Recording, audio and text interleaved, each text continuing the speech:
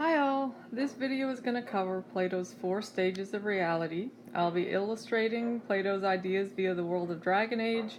Just to be clear, Dragon's Age belongs to BioWare, which is a division of EA. It absolutely does not belong to me. Here are Plato's 4 stages of reality. Note that this chart can be found in your text as indicated by the footnote. For the sake of consistency, we'll be using the terminology from the right side of the chart. Keep in mind that Plato thought most people would never get further than the visible world, rooted in opinions rather than knowledge. Some people will push on in trying to gain more knowledge and reach level 3, the scientific concepts. And only an elite handful of people will ever reach the top and achieve knowledge of pure reason, or, as we'll refer to it, the forms. So at the end of the day, you may ask, how does this work? Well, let's break these concepts down. As promised, I'll put this all into context via the world of Dragon Age. Specifically, we'll talk about dwarves as our example. So let's start. Level 1, images. Images are the lowest form of reality. The image is dependent on the existence of the sensible object, which is the next level. If the sensible object never existed, neither would the image. Here you see the Inquisitor's party is composed of 2 elves and 2 humans, assuming none of them have so much as met a dwarf before. Their knowledge is going to be extremely limited. There's great potential for error as well. The source of whatever they know could be extremely questionable, as indicated by whatever Solus is about to say. All right, moving on to level 2, the sensible object. All right, so with the arrival of Varric into the party, there's now an actual sensible object that allows for a greater understanding of dwarves in general, which will help everybody else in the group out. Varric as a sensible object is more permanent and reliable than an image. The search for reality doesn't stop with the sensible object, though. While more permanent than an image, Varric is still impermanent in many key ways. Throughout his life, he's gained or lost body mass. Something could happen that could change his physical body. Could lose an eye, lose a limb, for example. Something could happen to change an aspect of his personality or interests. He may stop writing, he may go back to living underground in Orzammar. Eventually, he'll pass away.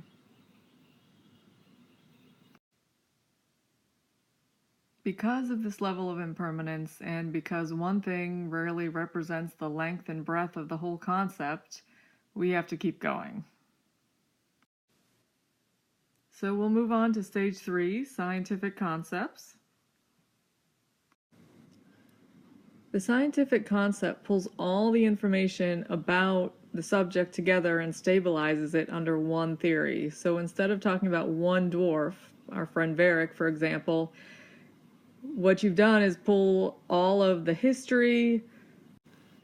You've pulled all the information on gender, resistance to magic, castes, or lack thereof, the Carta, all that stuff. The reason that the scientific concept cannot be the ultimate level of understanding reality is that the potential for change still remains. For example, as the Inquisitor's party explores the hissing wastes in Dragon Age 3, they discover that dwarves had built a whole city above ground in ancient times. With that discovery, the scientific concept has to be adjusted. So just to reiterate, the scientific concept is more real than the sensible object, because long after this particular dwarf is gone, or if dwarves as a whole disappear, all that accumulated knowledge will remain. It is a little changeable because if new information comes to light, adjustments like the one we just did will happen. And finally, we get to level 4, the forms. Remember, this is the one that Plato thought that only a very few super select people would ever get to. The forms are the highest level of reality. To continue on with our example, the form of a dwarf is the archetype of dwarfhood as a whole. It is objective, unchanging, and eternal. One of the key points there is objective.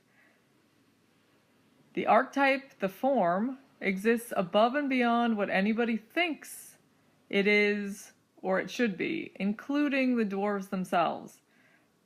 All forms are held in place by the superform, which Plato called the good.